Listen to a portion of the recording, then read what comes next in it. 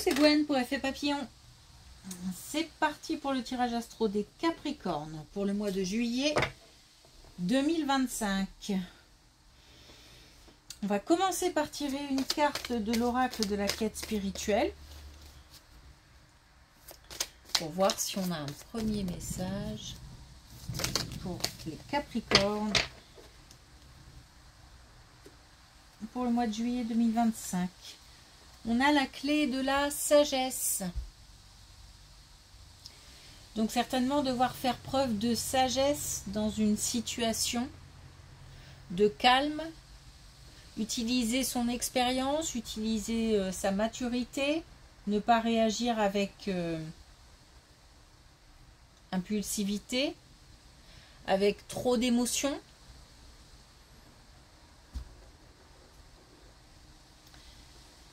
Il va falloir trouver l'apaisement nécessaire, trouver le chemin de la sagesse.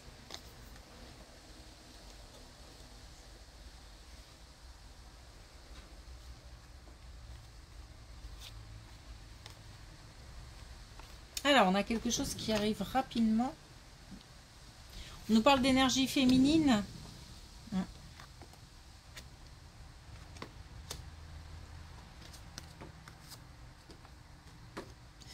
Alors, on nous parle de nouvelles ou d'une réponse qui arrive rapidement pour une énergie féminine.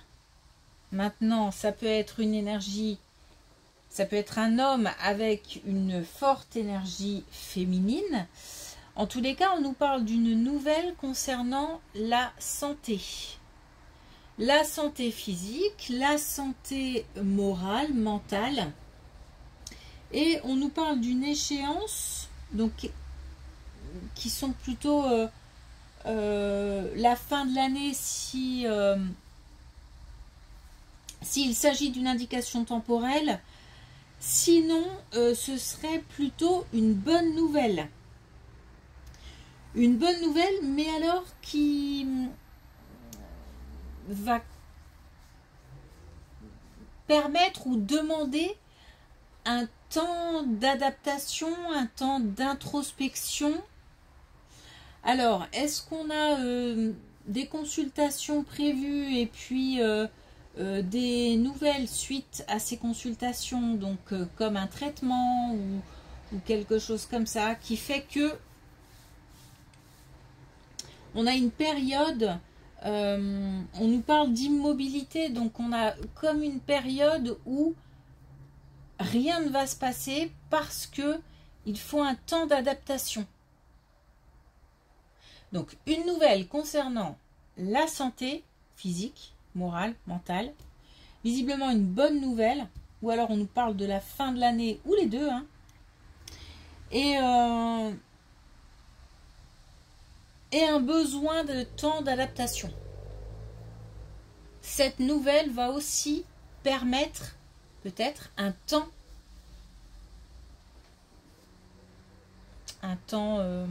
de pause, peut-être un arrêt maladie par exemple, pour un temps de convalescence. Ah, ça peut être ça aussi. Il y a un temps de repli sur soi, mais qui n'est pas négatif, en fait. C'est nécessaire.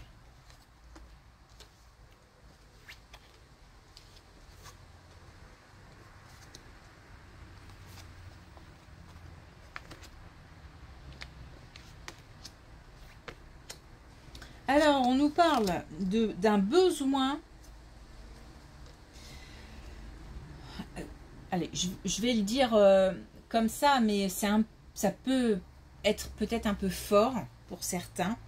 Mais il y a comme besoin d'une renaissance au sein d'un couple. En tous les cas, besoin de temps de complicité, de temps de repos, de temps passé ensemble pour retrouver un certain équilibre Il y a un couple déstabilisé qui a besoin d'un temps pour retrouver une complicité, pour retrouver l'envie d'être ensemble, l'envie de partager des moments ensemble. J'ai l'impression qu'on a deux personnes peut-être qui s'éloignent ou qui se sont éloignées, qui sont un peu seules dans le couple. Ils se sentent un peu seuls dans le couple et on a envie de retrouver et de partager de bons moments. Donc on va se donner les moyens d'atteindre cet objectif. Attention aussi à des relations extérieures au couple qui pourraient tenter, peut-être même tenter de faire éclater le couple, ou d'éloigner en tout cas, ou peut-être qu'on en a un des deux qui est très happé, sollicité par l'extérieur. Mais on va, donc il y a besoin d'un temps pour passer des moments ensemble. Chacun le ressent et on se donnera les moyens de le faire.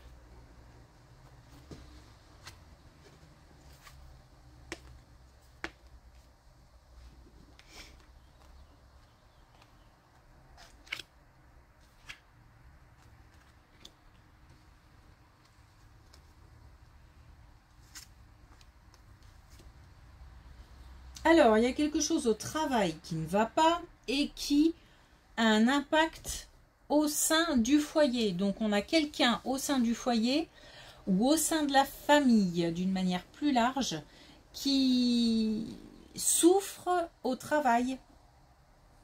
Et ça crée des tensions à la maison.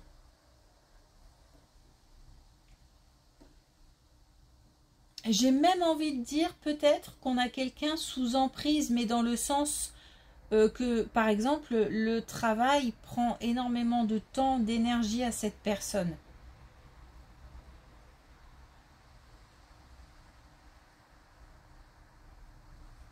Ou alors, il y a quelqu'un au travail qui met quelqu'un d'autre sous pression. Ou qui manipule, peut-être même. Bon, en tous les cas, tout ça crée des tensions au sein de la famille, au sein du foyer, au sein d'une famille. On ne nous parle pas pour l'instant d'issue, on nous parle juste, c'est un constat. Il n'y a pas... Bon, on nous dit de garder confiance, donc ça veut dire que la situation va évoluer, mais pas plus de précision que ça.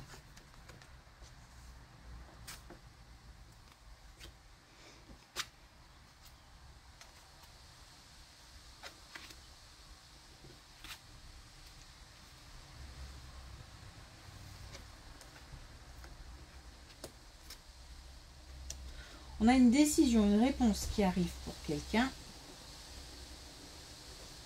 Alors, je demande si c'est en lien avec cette colonne. J'ai pas l'impression. On a une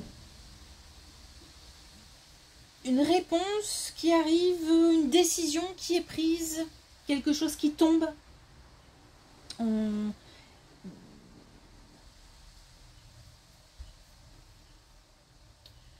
Ou alors c'est quelqu'un qui prend une décision.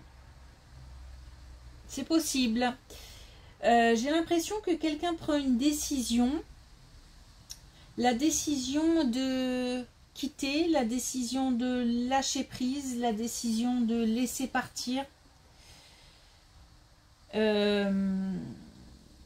C'est quelqu'un qui a pris le temps de mûrir cette décision. c'est quelqu'un qui n'agit pas sous le coup de l'émotion ou de l'impulsivité. C'est une décision mûrement réfléchie.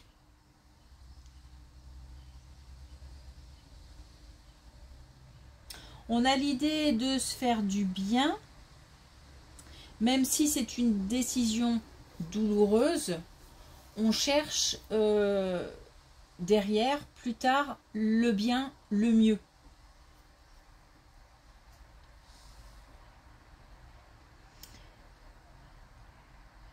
J'ai pas de précision par rapport au domaine concerné par cette décision. Qui veut dire que bah voilà, ça peut toucher plein de domaines, le domaine professionnel, le domaine, alors plus quand même dans le domaine relationnel d'une manière générale, pas forcément amoureux, sentimental, ça peut aussi, mais d'une manière plus large, le domaine relationnel, ça me parle plus que une activité professionnelle par exemple. C'est peut-être quelqu'un qui met de l'ordre dans ses amis, dans ses relations, au sein de la famille aussi, pourquoi pas. Quelqu'un qui fait du tri après avoir observé et aussi réfléchi à ce que ça provoquait. Et on a réfléchi aussi à ce que la décision allait engendrer, mais le plus important, c'est que c'est le bien derrière, le mieux derrière. On sait que c'est quelque part un mal pour un bien. Il y a beaucoup de sagesse là dans cette colonne-là, et ça pourrait être en lien avec la clé de la sagesse qu'on a là-bas.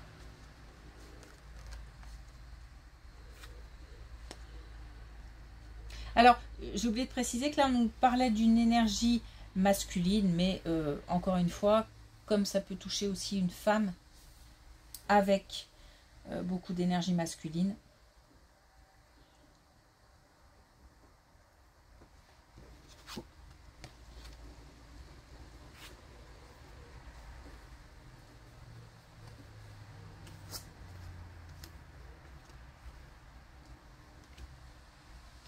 On a un ou des plus jeunes qui tracent leur route, qui tracent leur chemin, qui sont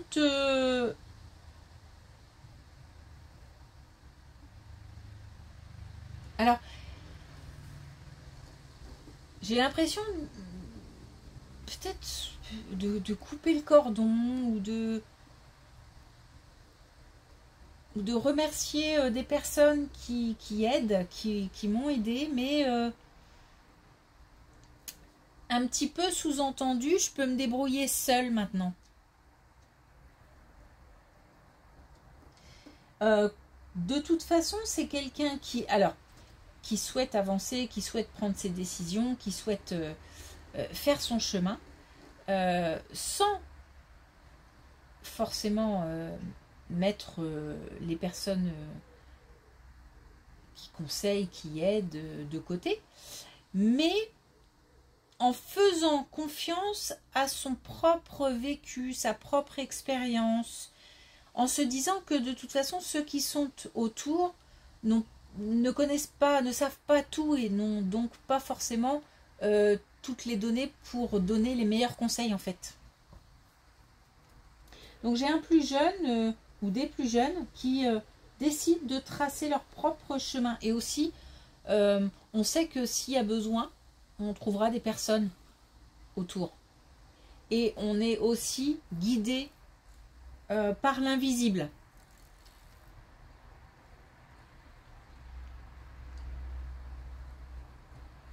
On a vraiment l'idée de tracer sa voie, tracer son chemin. On a la route pour commencer, on a le chemin pour terminer.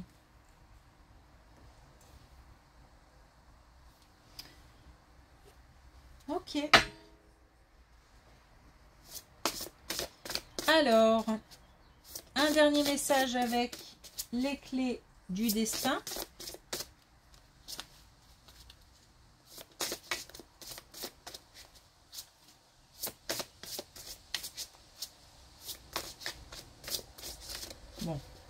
pas. Un peu de mal à les brasser.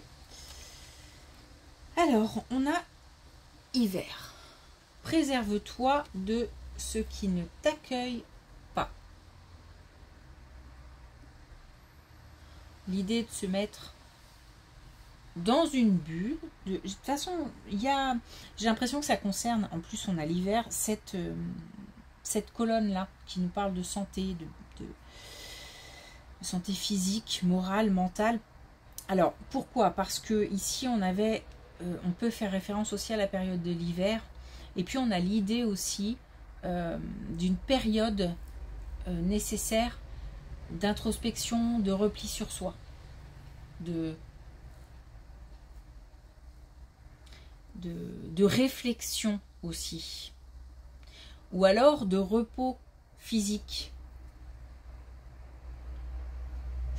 On a, d'une manière plus générale, l'idée de, aussi, par rapport à cette colonne-là,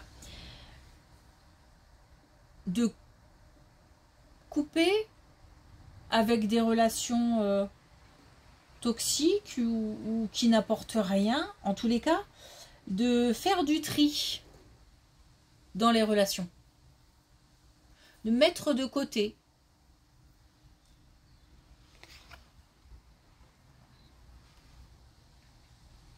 L'idée générale étant de se faire du bien, là ou là.